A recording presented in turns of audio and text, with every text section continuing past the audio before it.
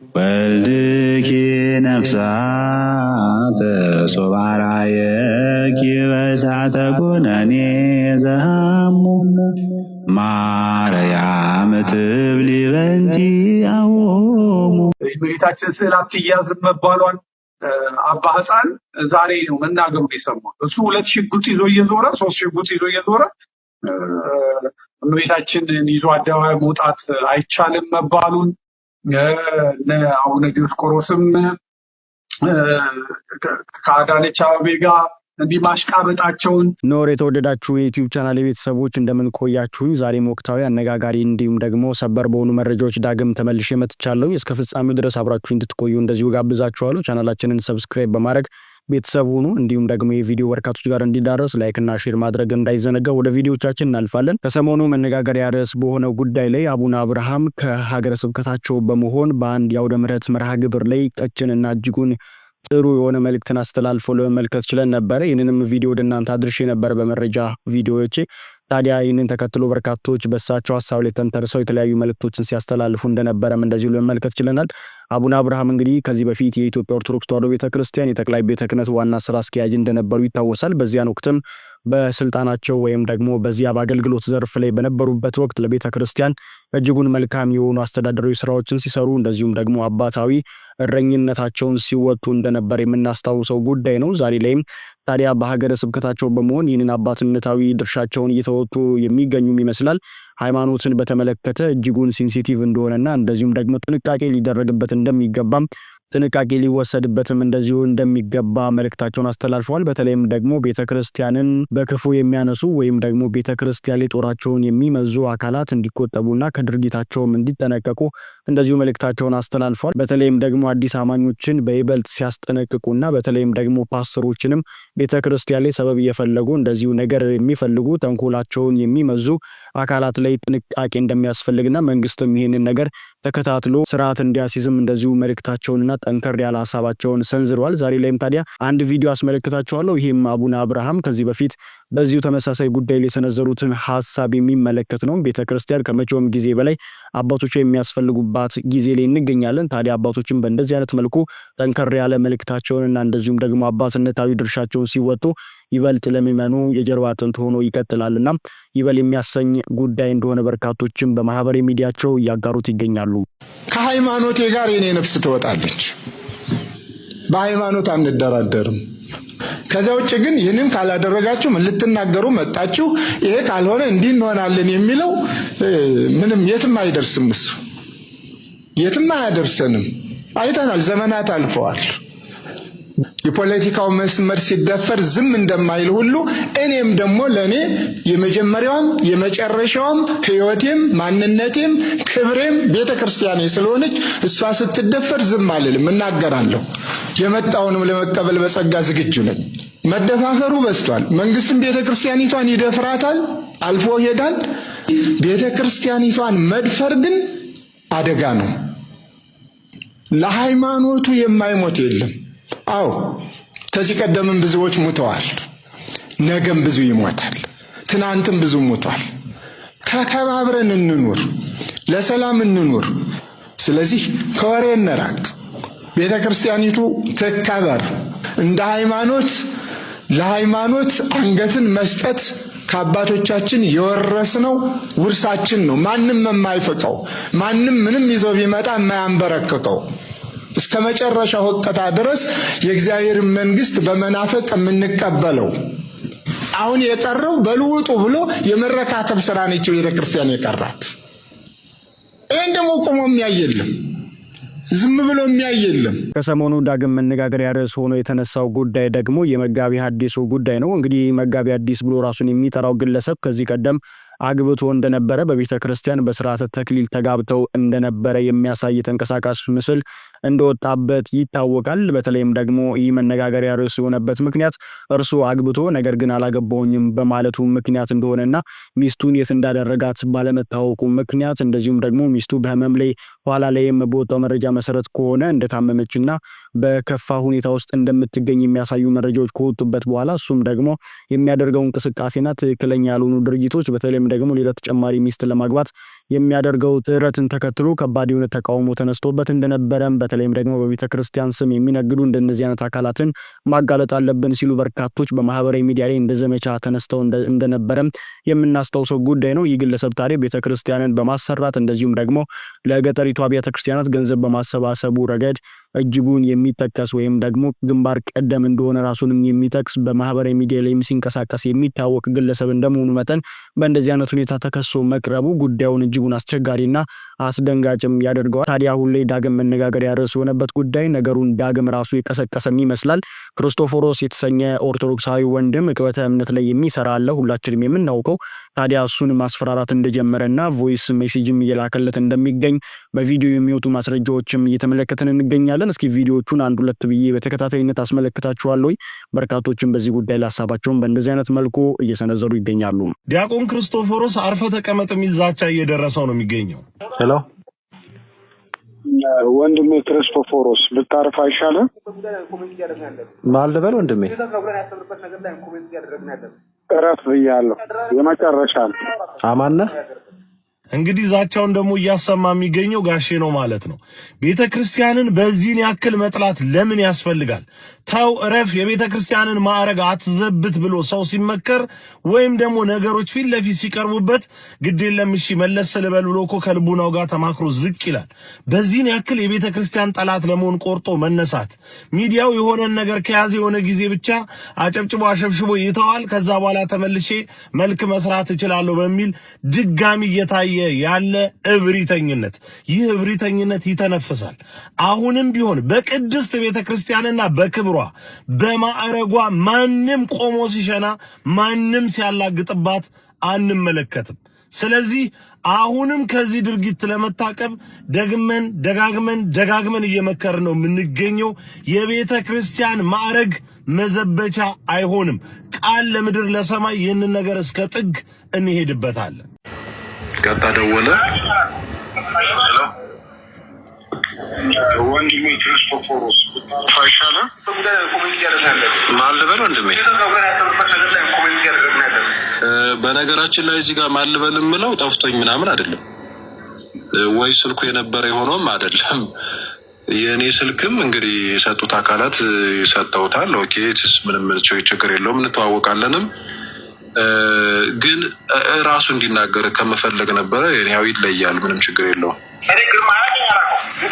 ሄሎ ወንድሜ ክርስቶፎሮስ ልታርፍ አይሻልም? ማልበል ወንድሜ እረፍ ብያለሁ። የመጨረሻ ነው።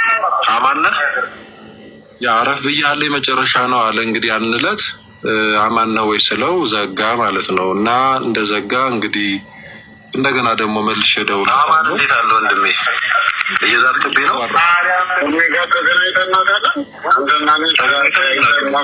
በቤተክርስቲያን ጉዳይ ስትወሰልት ነው ያዝኩህ። ሌባና ወንበዴን ማንንም ነው የማልመረው። ምን እየዛትክብኝ ነው? አንተ እየዛትክብኝ ነው? እየዛትክብኝ ነው? ያ ምክንያቱም አሁን እዚህ ጋር ለምንድን ነው ዝም ያለው? በአንድ በኩል ነቄ ለመሆን ይሞክራል፣ በአንድ በኩል ደግሞ ሞኝ ነው እና ሪከርድ ሊደረግ እንደሚችል ስለገባው ይህ የመጨረሻ ነው፣ በአካልም ተገናኝተን አናውቅም፣ እንደዚህም አይደለም እንደዛ፣ ስለዛ ብታርፍ ይሻልሃል ነው ያለው። እና እኔ ደግሞ አይ እኔ እንደው ይቅርታ አድርግልኝና ለሌባና ለወንበዴ በቤተክርስቲያን ጉዳይ መተውብኝ ምንም አይነት ዛቻ ለመስፈራሪያ የሚያቆመኝ አይነት ሰው አይደለሁም አይነት የሚል ምላሽ ነበር የሰጠሁት በወቅቱና እንግዲህ እሱ የፈለገውን አይነት አካሄድ ይሄድ፣ ምንም ችግር የለውም። ቤተክርስቲያን ግን እውነት ለመናገር ታሳዝናለች።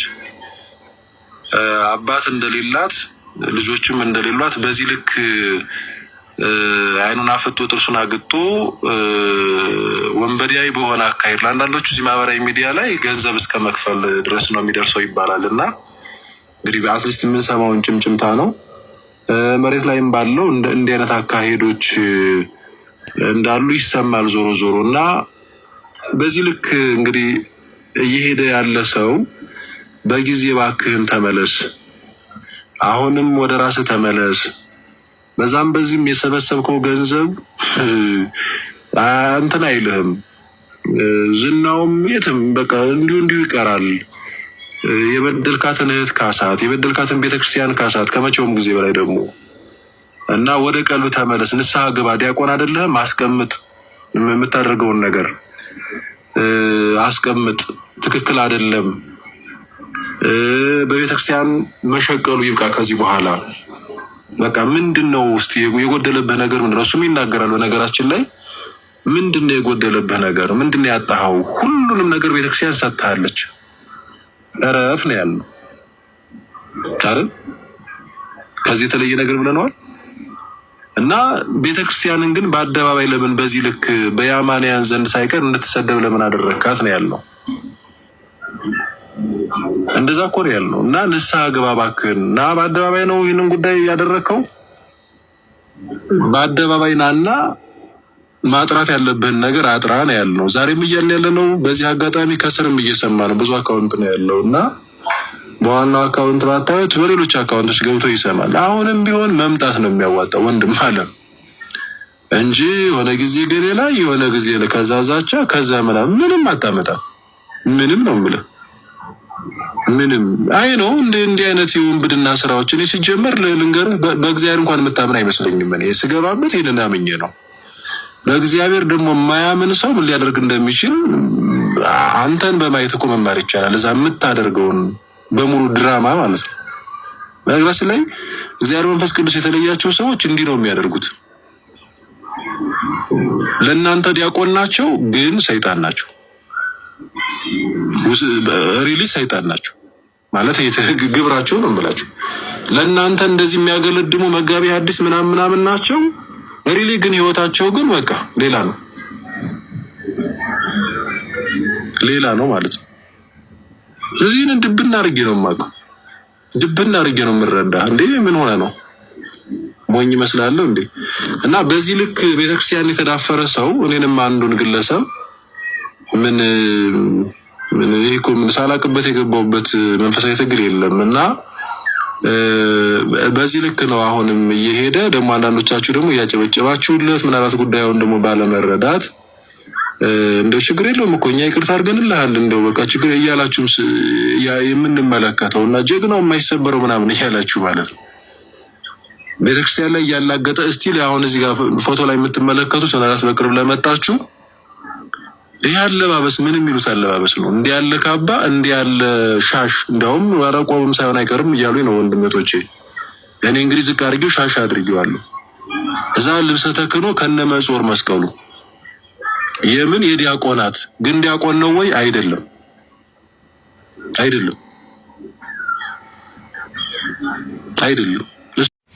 ከመጋቢ ተብዬው አጭበርባሪ ሌባ የግድያ ዛቻ ለክርስቶፎሮስ አዳምጠነው እንመለስ። ሄሎ ወንድሜ ክርስቶፎሮስ ብታርፍ አይሻልም? ማልደበል ወንድሜ እረፍ ብያለሁ። የመጨረሻ አማን ነህ? አማን እንዴት አለ ወንድሜ? እየዛትክብኝ ነው? እኔ ጋር ተገናኝተን እናውቃለን። አንተና እኔ በቤተክርስቲያን ጉዳይ ስትወሰልት ነው ያዝኩህ። ሌባና ወንበሬን ማንንም ነው የማልመረው። ምን እየዛትክብኝ ነው? አንተ እየዛትክብኝ ነው?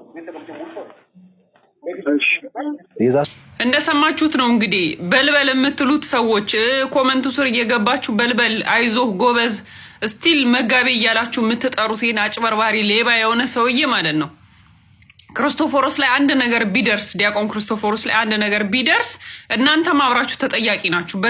በዚህ መልኩ ነው እየደወለ እያስፈራራ ያለውና ሊያስገድላቸው ይሁን ይሄ መተቱን ሊያሰራባቸው ይሁን አላቅም። እኛ ጋር ያለው አንተ ጋር ካለው ይበልጣል። ለማንኛውም የምነግርህ ነገር ማለት ነው ቀርበህ ብታናገረን ይሻላል። ዙሪያ ጥምጥም እየዞርክ በየቤቱ እየገባህ ይሄ የሰው ኃይል መሰብሰብን አቁመህ ያጠፋሃትን ጥፋት መተህ ገብተህ ላይቭ ላይ እመን አዋራንኛን በህግም አንለቅህም፣ በሌላም እንቀጥላለን።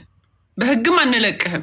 እንደዚሁም ደግሞ እዚህ ሚዲያ ላይ የመጣ አፈር ንገዳህን የካህናት ልብስ የምትለብሰውን ነገር አቁም። የትኛውን ሃይማኖት መግበህን ነው አንተ መጋቢ ሃይማኖት ተብለ ደግሞ ድጋሚ የተሾምከው? እንተያያለን። ዛቻ ስትዝት እየባሰ ነው የሚሄደው፣ እየባሰ ማለት ነው። እንዳንተ አይነት አይን ያወጣ ሞላጫ አጭበርባሪ እኔ በህይወት ዘመኔ አጋጥሞኝ አያውቅም። የካህናትን ስም አታጥፋ እየዞርክ መጋቢ ሐዲስነት መጋቢ ሃይማኖትነት እንዲህ በቀላሉ የሚሰጥ አይደለም አባቴ። ኦኬ መጋቢ ሃይማኖት ለመባል እንኳን ብዙ ነገሮችን ማድረግ መቻል አለብህ። የክብር ስም እንኳን ለመውሰድ እንኳን የክህነት ስም ለመውሰድ ማለት ነው። ማንንም አታጭበረብርም። እዛ እንደ በግ የሚነዱልህ ይነዱልህ፣ አይመለከተንም። እኛ ቆመን ግን ድጋሚ ቲክቶክ ላይ ስታጭበረብር አትታያትም። ሌላው ጉዞ ወደ እናንተ የሚያዘጋጅ ገዳማት፣ አብያተ ክርስቲያናት አግዱት ይሄንን ሰውዬ።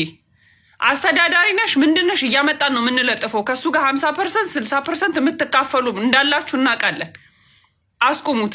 ጉዞ ስታጉዝም እንዳናይ። መቼም በዚህ ዘመን በማህበራዊ ሚዲያው አማካኝነት የማንሰማውና የማንመለከተው ነገር እንደሌለ ከጊዜ ወደ ጊዜ የሚወጡ ቪዲዮዎች እንደዚሁ ማስረጃ ሆኖ መቅረብ የሚችሉ ይመስለኛል። ምክንያቱም ከጊዜ ወደ ጊዜ እየወጡ ያሉ አስደንጋጭ እጅጉን ለመስማትም ሆነ ለመመልከት አጸያፊ የሆኑ ቪዲዮዎች ከጊዜ ወደ ጊዜ ተበራከቱ ይገኛሉ። በተለይም ደግሞ ከሃይማኖት ጋር በተያያዘ በተለይም ደግሞ አጠቃላይ በሀገራችን የምንሰማቸው ነገሮች ሁሉ አስደንጋጭና ጆሮን ጭው የሚያደርጉ እየሆኑ መጥተዋል። አሁን በሃይማኖት ጉዳዮች ላይ የሚነሱ ነገሮች ሁሉም እጅጉን አስደንጋጭ እየሆኑና ከመቼውም ጊዜ በላይ ጥንቃቄ የሚያስፈልጋቸው ጉዳይ እንደሆኑ እንደዚሁ አጽንኦት መስጠት የሚያስፈልግበት ጊዜ ላይ የሚደረስን ይመስላል። የተወደዳችሁ የዩቲዩብ ቻናል የቤተሰቦች ለዛሬ ወደ እናንተ ይዤላችሁ የቀረብኩት አነጋጋሪ ወቅታዊና ሰበር መረጃዎችና ቪዲዮዎች እነኚህን ይመስላሉ። በሌሎች ወቅታዊ አነጋጋሪ ሰበር መረጃዎች ዳግም እስከምንገናኝ ድረስ ለዛሬው እዚህ ጋር ለማብቃት ወደድኩኝ።